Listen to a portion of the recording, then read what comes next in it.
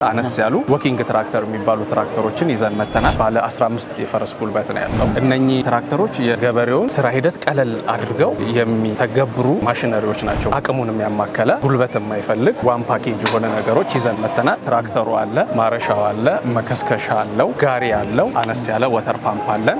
እንደዚሁም ደግሞ የወፍጮ ማሽንም አንድ ጋር ዋን ፓኬጅ ይዘን ቀርበናል። አነስተኛ የመስኖ አገልግሎት የሚውሉ ፓምፖች ነው። ማንኛውንም ውሃ ፓምፕ ማድረግ ትችላለች። ተንቀሳቃሽ ፖርቴብል ወፍጮ ማሽን ነው። ረጅም ጊዜ መቆየት የሚችል ነው። ሙሉ ፓርቱ ሀገር ውስጥ የተመረተ ነው። መለስተኛ ሰው ማረስ የሚችለው ነው። ቴክኒካል ነገሮች ስላሉት በስልጠና አቅሙን ማዳበር በሚችልበት አይነት መልኩ ነው የቀረበው።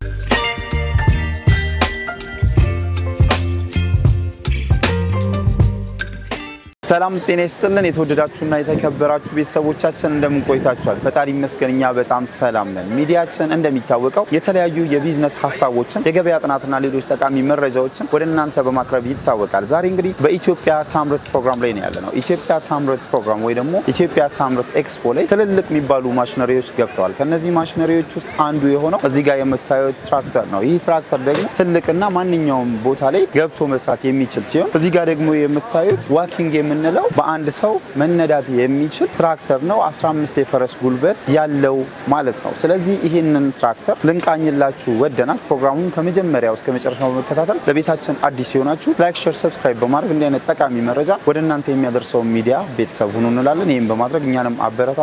አብራችሁን ቆዩ።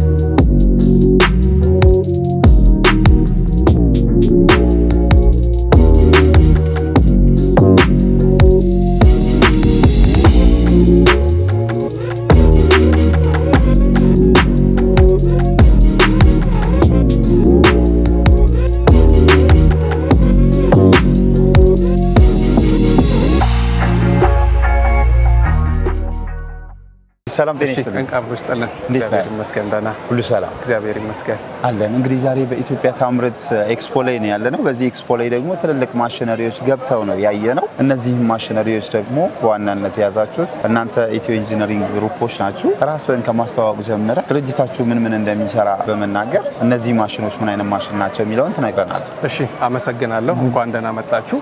አየነው ከልክሌ ይባላለሁ። በኢትዮ ኢንጂነሪንግ ግሩፕ የአዳማ እርሻ መሳሪያዎች ኢንዱስትሪ የግብይትና ሽያጭ ቴክኒክ ባለሙያ ነኝ።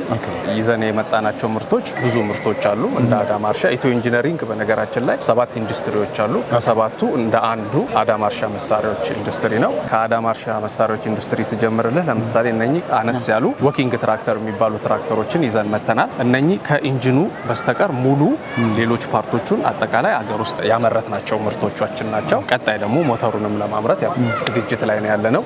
እነኚህ ትራክተሮች የገበሬውን የስራ ሂደት ቀለል አድርገው የሚተገብሩ ማሽነሪዎች ናቸው። ምንድነው ከበሬ ከማረስ ይልቅ ወደ ትራክተር አቅሙን የሚያማከለ ጉልበት የማይፈልግ ዋን ፓኬጅ የሆነ ነገሮች ይዘን መተናል። ይዘናቸው ከመጣናቸው ነገሮች ላይ ትራክተሩ አለ፣ ማረሻው አለ፣ መከስከሻ አለው፣ ጋሪ አለው። በዛው ድራይቭ የሚደረግ ደግሞ አነስ ያለ ወተር ፓምፕ አለን።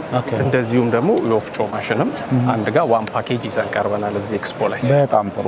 ስለዚህ ማረሻው አለ እና ደግሞ ይሄ ወተር ፓምፑ አለ እና መፍጫው ሶስቱ አንድ ላይ ፓኬጅ ዋን ፓኬጅ አለ። ዋን ፓኬጅ በጣም ጥሩ። ያርሳል፣ ይከሰክሳል። የከሰከሰውን ለእርሻ ዝግጁ ያደርጋል። ዝግጁ ካረገ በኋላ ደግሞ ፓምፕ አለው። በዛ ፓምፕ አማካኝነት መስኖ የሚጠቀሙ ከሆነ ያንን ማጠጣት ይችላል። ምርቱ ሲሰበሰብ ደግሞ ወፍጮ ማሽን አለው። በዛ ወፍጮ ማሽን ለከብት መኖ የሚሆን ለአንዳንድ ነገሮች ወፍጮ ማሽንም ዋን ፓኬጅ ይዘን ቀርበናል። በጣም ጥሩ። ይሄ ወፍጮ የሚፈጭልን ምን አይነት ዱቄት ነው? ለምግብነት የሚውል ነው? ለመኖ የሚውል ነው? ምን አይነት? ያው አጀስት ማድረግ ይቻላል። ለምግብነትም እንዲሆን ማድረግ ይቻላል። አብዛኛው ግን ለመኖ የሚሆኑትን መፍጨት ይችላል። በደንብ በጣም ጥሩ። እሺ፣ ይሄኛው ማሽን ይሄ ወኪንግ ትራክተር በምን አይነት የፈረስ ጉልበት ነው የተሰራው? አሁን ይሄ ባለ 15 የፈረስ ጉልበት ነው ያለው። ምን አይነት ቦታዎች ላይ ነው ይሄንን ወኪንግ ትራክተር ይዘን መግባት የምንችለው? ያው እንደየመሬቱ ሁኔታ ይለያያል። አብዛኛው ለስለስ ላሉ መሬቶች ተመራጭ ይሆናል። ሁለተኛ ስልጠና እንሰጣለን።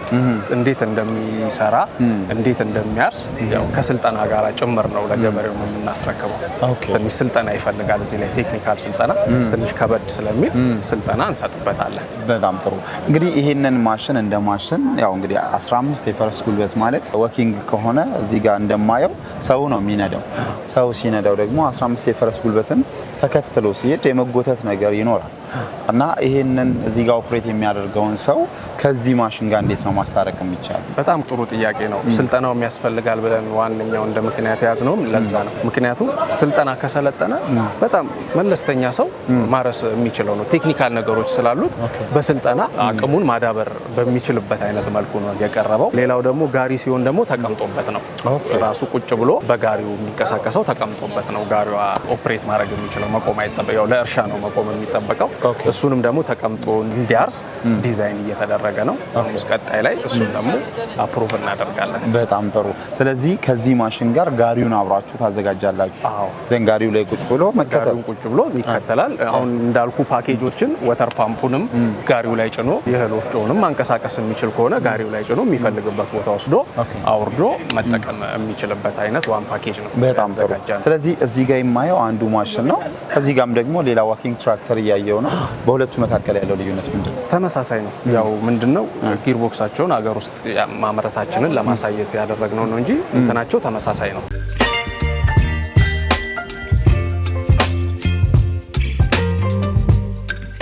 እዚህ ጋር የምናየው ራሱን 15 የፈረስ ጉልበት ያለውን ዋኪንግ ትራክተር። ስለዚህ በሁለቱ መካከል ምንም ልዩነት እንደሌለ ነግረኛል። ጊርቦክሱን ደግሞ እዚህ መስራት መቻላችሁ በጣም የሚደነቅና ጥሩ የምንለው ነገር ነው። ለዚህም እንግዲህ ክብር ይገባችኋል። እንቀጥልና እንግዲህ እቺን ፓምፕ እንግለጻት። ምን አይነት ፓምፕ ነች እቺ?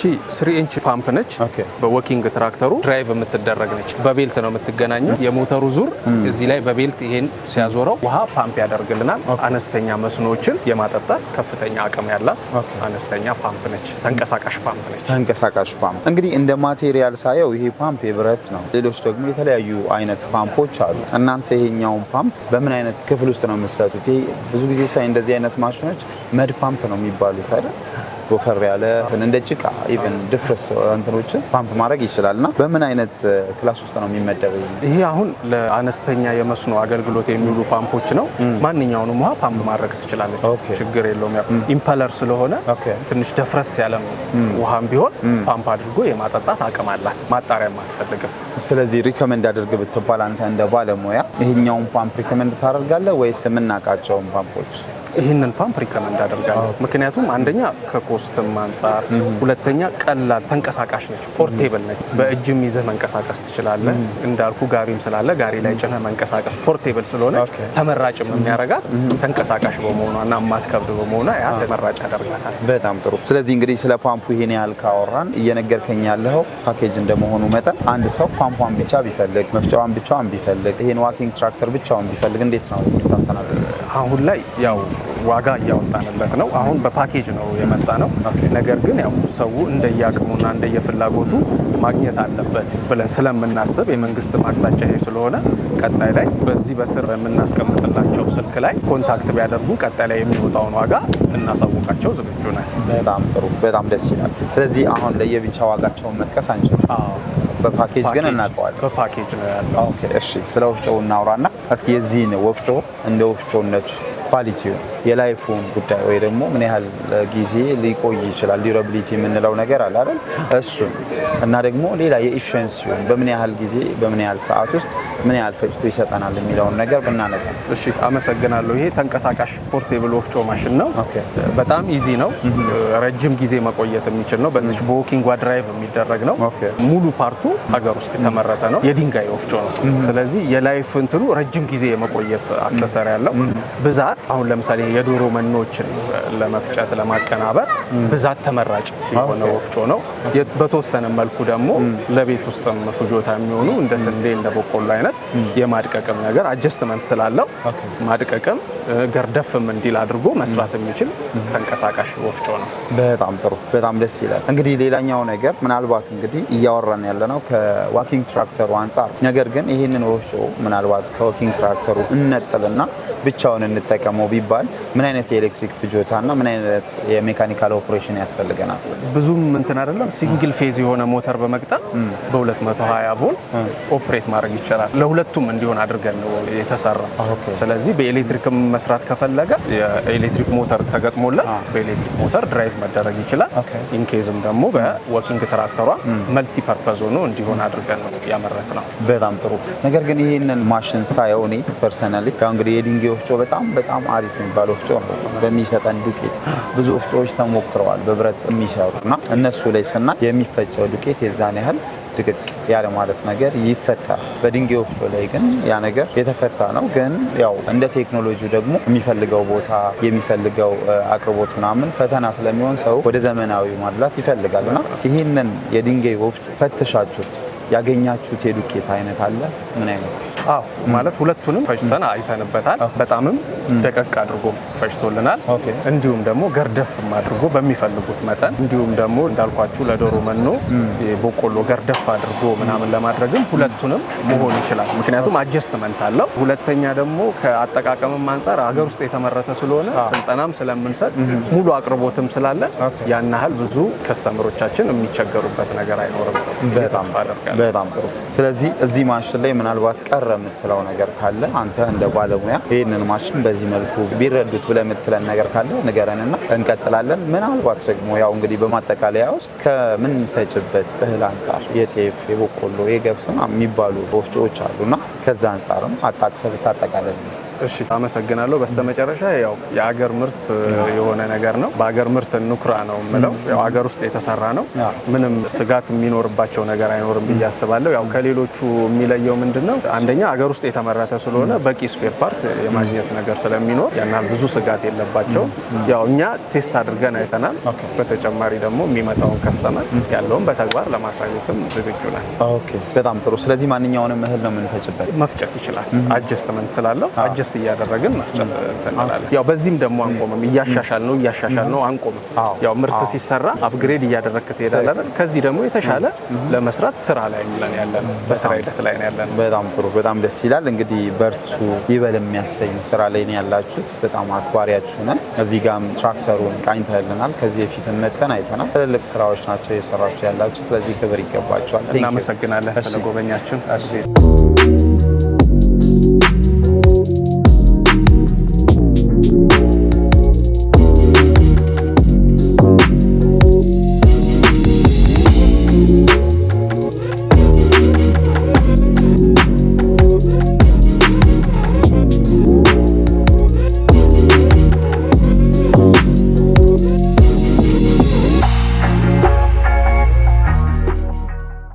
እንግዲህ የተወደዳችሁና የተከበራችሁ ቤተሰቦቻችን ባያችሁት መልኩ በኢትዮ ኢንጂነሪንግ ግሩፕ እነዚህ ማሽነሪዎች ተሰርተው ኢትዮጵያ ታምርት ኤክስፖ ላይ ቀርበዋል። ይህንን ወኪንግ ትራክተር ተጠቅማችሁ እዚህ ጋር ያለውን ፓምፕ ኦፕሬት ማድረግ ትችላላችሁ። ይህን ፓምፕ ብቻ አይደለም እዚህ ጋር የምታዩትን ወፍጮም ኦፕሬት ማድረግ ይችላል ማለት ነው። እነዚህ ማሽኖች እንደ ፍላጎታችሁ ቀርባችሁ መግዛት ትችላላችሁ እያለን ፕሮግራማችንን በዚሁ አጠቃለን። አብራችሁን ስለቆያችሁ ከልብ እናመሰግናለን። ሰብስክራይብ ማድረግ አይረሳም።